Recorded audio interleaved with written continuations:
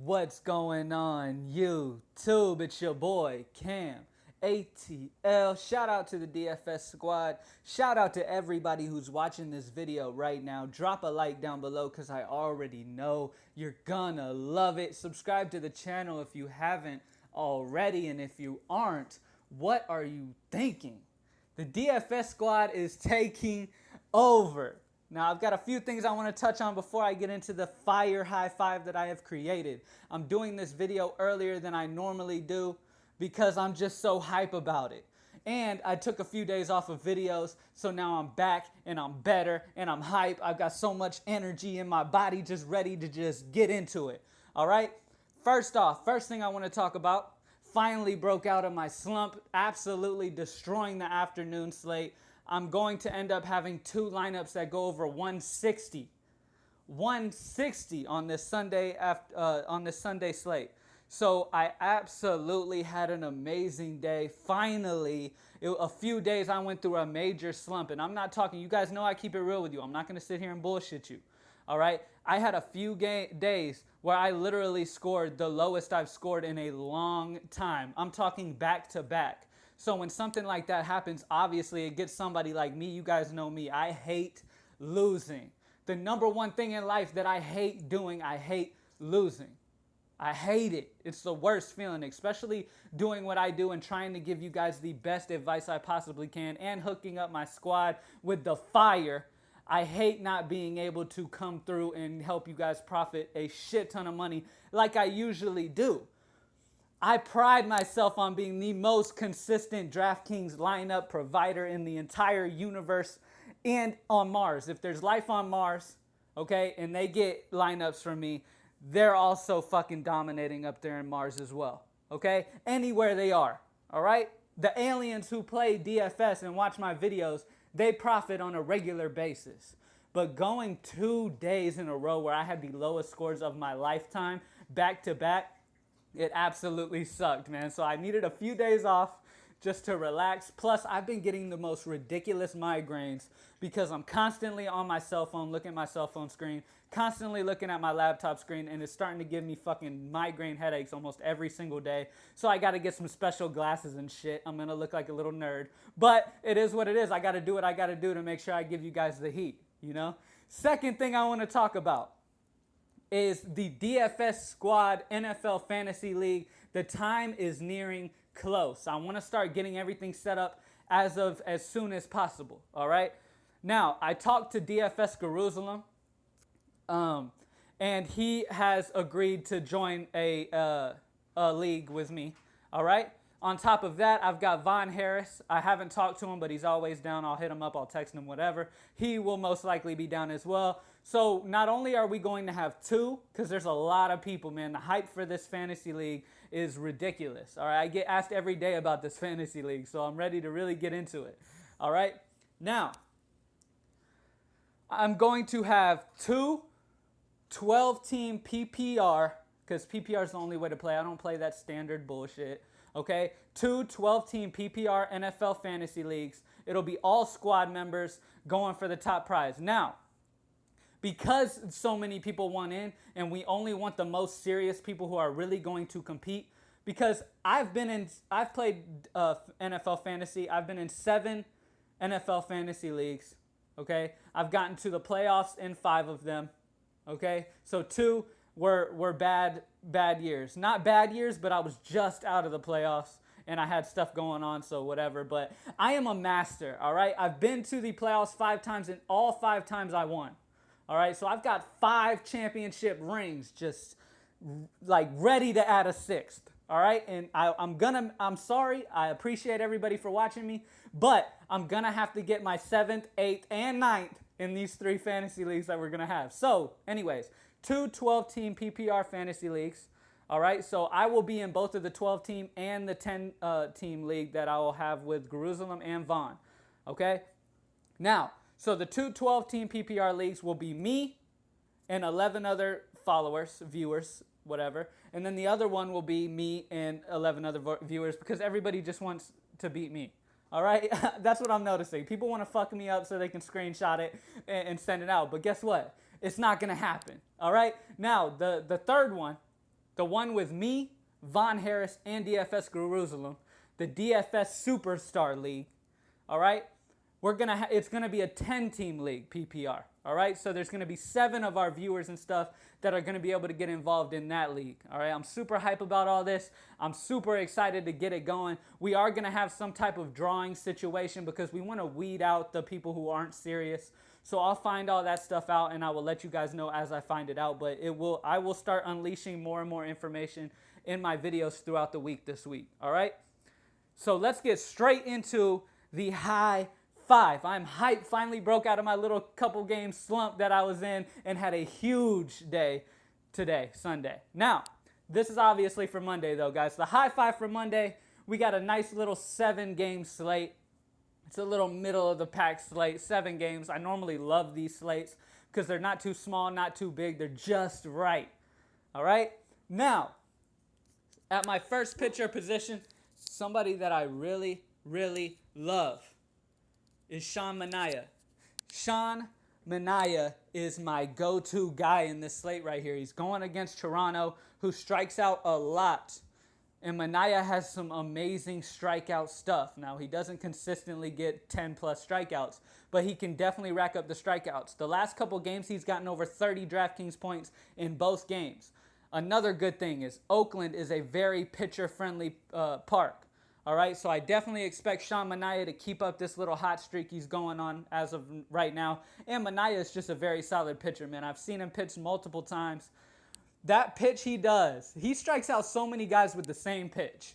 All right, he throws it. It's a curveball. He throws it, and it looks like it's going right down the middle of the plate and then just crazy drops out of nowhere into the dirt where it's impossible for the hitter to hit it. But as the hitter's following it, as you know in the MLB, the pitch is going so fast that you really kind of, your time to guess if that pitch is a strike or a ball or whether to swing or not is within like point something seconds. They have to make that decision. So seeing that ball come right down the middle, they make the decision, they swing, boom, it's in the dirt. There's no way they hit it, but they're struck out. So I love Sean Manaea to keep up that little hot streak he's going on. Keep these strikeouts coming, especially against a team that strikes out a lot in Toronto. Next pitcher that I absolutely love on this slate, man, he's just a very solid pitcher. Now, one thing real quick.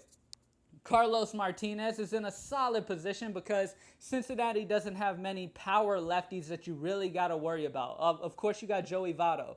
But other than that, you don't have many of them. Now, here's the problem. I was looking at past stats and how he's done against Cincinnati throughout his career, and there are 5 Cincinnati Red batters in this lineup that he will be facing that have hit him well.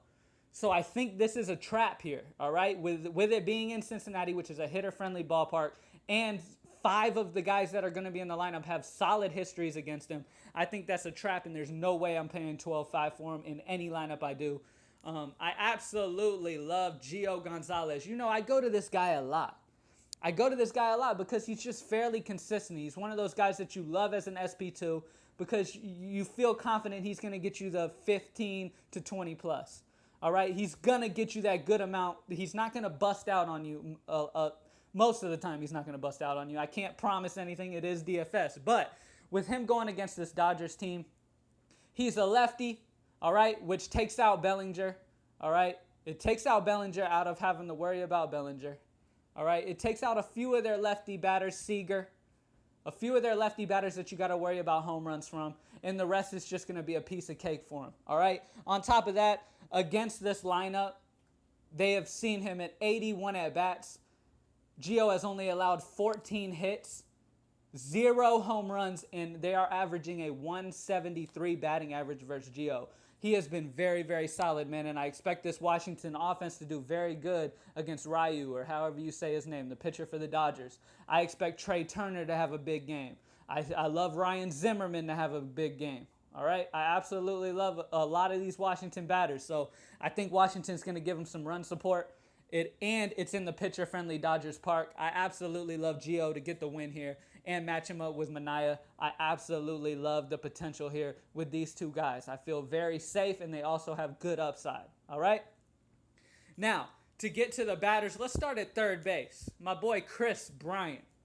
Now, I still have Chris Bryant to go in my afternoon slate, but I'm ready for him to just go crazy. He will. All right, one thing about Chris Bryant is his power ratios, the power he has, and the amount of home runs he hits when he is at Chicago, at home in Chicago, versus on the road is just huge difference, huge splits. All right, he's at home here in Chicago, going against a pitcher that through his career he has gone 4 of 7 against. 2 of those 4 hits were home runs and a 571 average. I expect Chris Bryant to hit another 1 yard here in this matchup against Straley. I absolutely love Chris Bryant. Next up, first base, Justin Bour. I've played Justin Bour a few times in the high five, and every time he has done very well. All right, he seems to listen to the videos. He knows when he's in the high five, and it pumps him up to really go off. All right, Justin Bour is going against Butler. Eddie Butler for Chicago, sorry. Eddie Butler for Chicago. Justin Bour through his career, it's not a huge sample size, just like Chris Bryant's, all right?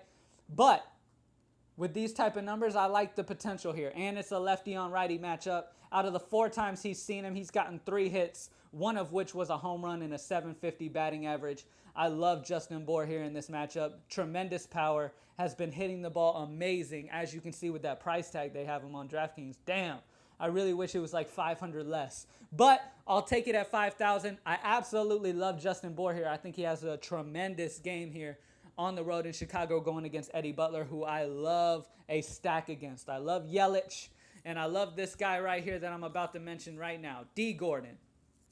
The reason I love D. Gordon is not just because he's a lefty facing a bad righty.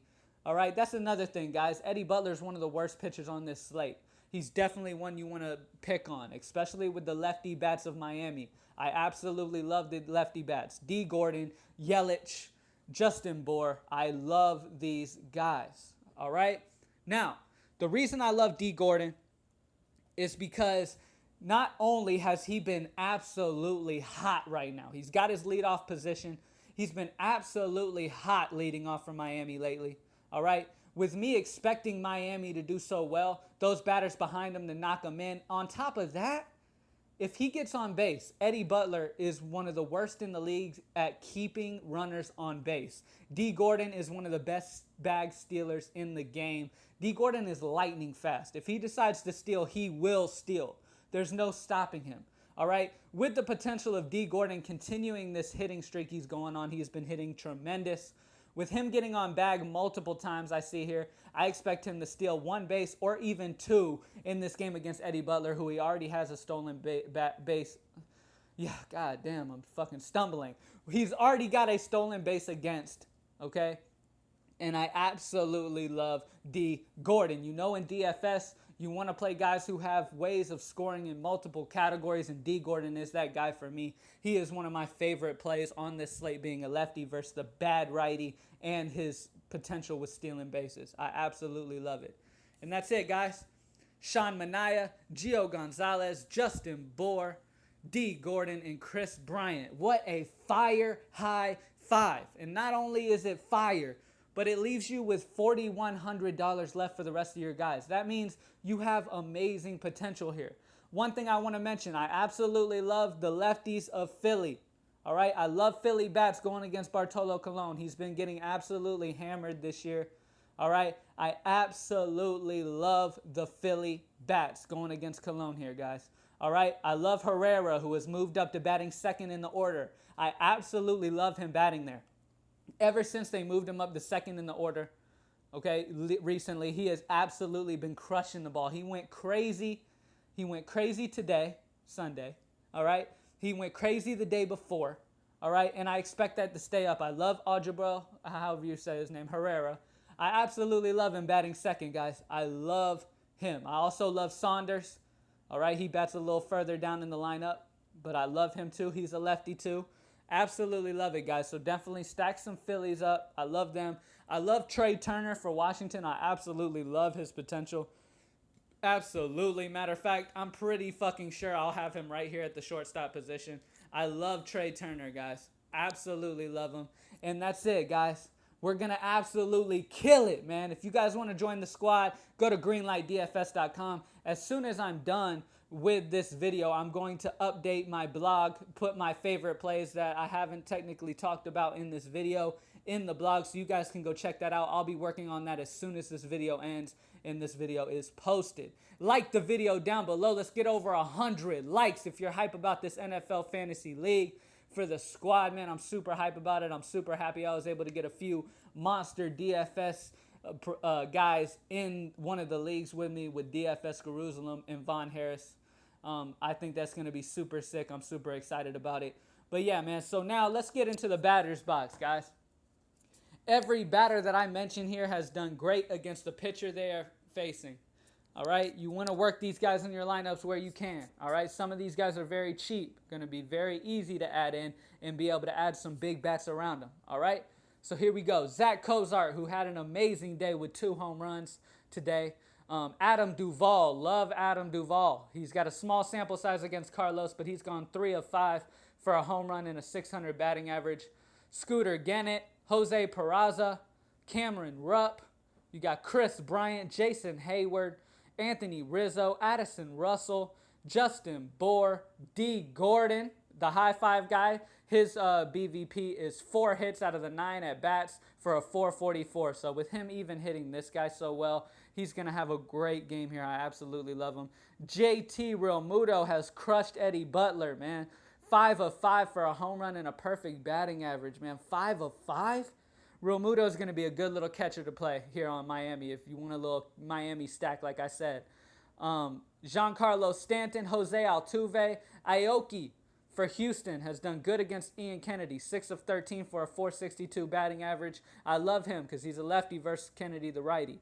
All right, Carlos Beltran, Brian McCann, Evan Gaddis, Mike Moustakas has been hot lately. He's got a very small sample size versus Mike Fears, so I wouldn't get too excited. But 4 of the at-bats he's been at, he got 2 hits against. So small sample size, but he's been hitting very well lately. So he should be able to carry that momentum into this next game. Salvador Perez, Jed Lowry. I love Jed Lowry against Haps. 6 of 14 for a .429 average. And that's it, guys. Good luck, everybody. I hope you kill it. Thank you for watching as always. Let's keep getting this money. Let's stuff our pockets with this Draftkings money. Let's make them write the fucking check. And I'm out, guys. Thank you for watching.